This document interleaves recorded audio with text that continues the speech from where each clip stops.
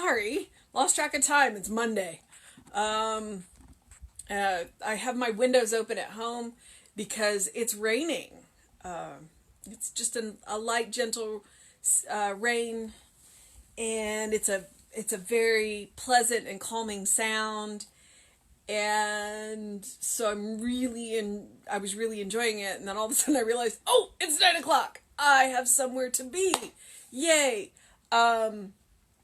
And I'm grateful for modern technology. I normally go to the gym at 7 o'clock in the morning on Mondays. And I work with a personal trainer. And, yeah, I can't do that right now. So, we met via Zoom. And he kicked my butt. I mean, there's definitely a degree of personal responsibility in that I had to do it.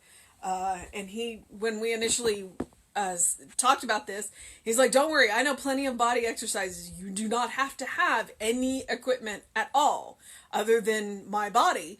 And so that was really interesting to do that whole workout with nary a weight in sight. And he got my heart rate up so that my Fitbit activity monitor said, yeah, you got 47 active minutes. So it was a good workout.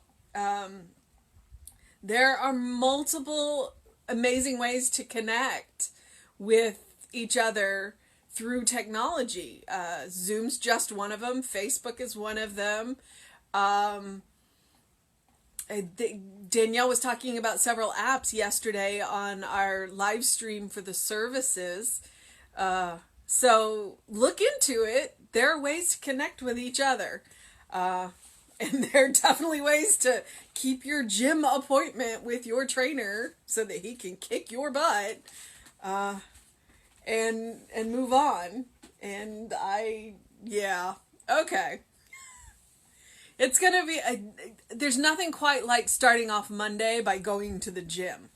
It definitely sets a tone for my week and gets me going. But I am here for 365 of Science of Mind. And today's topic is living without fear, which is very timely. Yeah. All right.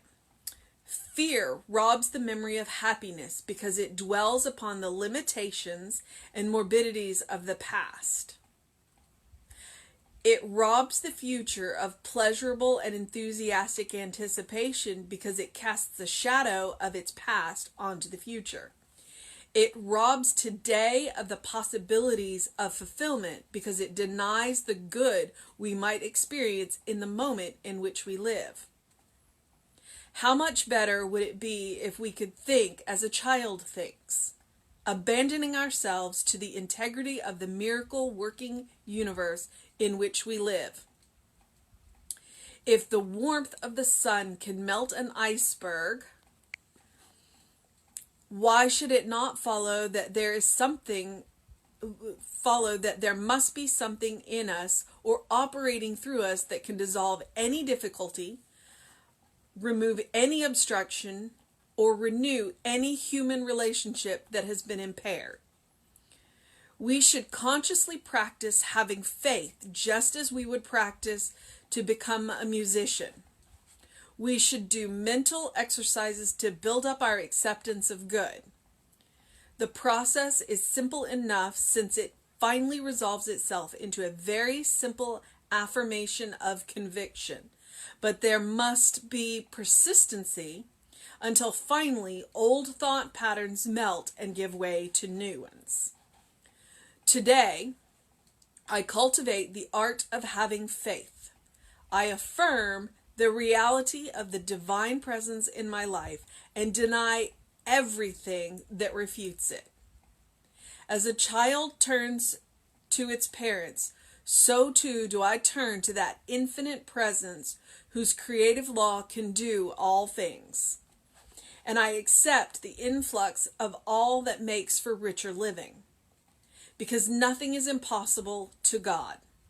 I believe that nothing is impossible to me through God's powers in me. I am daring to believe in the greater good. I am forsaking all that has held me in bondage and uniting myself with faith, with expectation, and with the joy. I now live without fear. And our Bible quote today is Romans 12:21. Be not overcome by evil, but overcome evil with good. Which reminds me of the Martin Luther King quote, hate cannot drive out hate, only love can do that. It has been my exercise recently to find something beautiful every day. So I encourage you to join me in that. My accountability is that I share it on Instagram and Facebook. And occasionally I'm using my cats because if I don't get out of the house, although I'm doing that, I am, the parks are open. I don't know. I think I say that every day. The parks are open. Go for a walk. The squirrels miss the people. I chase the sunrises and the sunsets. I listen, like today, my something beautiful could be the rain, but I don't know how to share that on Instagram because it's a beautiful, gentle, light rain. And it reminds me that this too shall pass. It will get better.